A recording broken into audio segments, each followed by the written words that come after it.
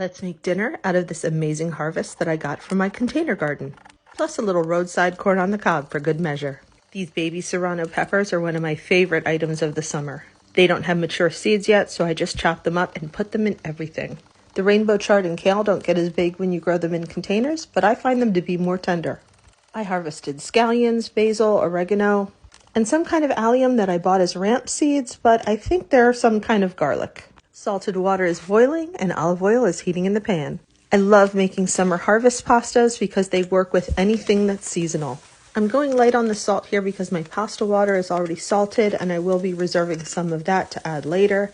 And I'm also going to be adding some Parmesan cheese later, which will also be adding more salt. My cherry tomatoes last, just to blister them a little before I add the pasta. My goal is not to overcook anything because I really want to preserve as much of that freshness as possible. I cut the heat from the pan before adding the fresh herbs, and the residual heat from the pan will still be hot enough to bring everything together. And I keep adding more as needed until it's the consistency I want. There's no need to work from a recipe here. You just let the ingredients inspire you and guide you. And let's be real, pasta's a pretty forgiving dish, especially when you're adding some Parmigiano Reggiano.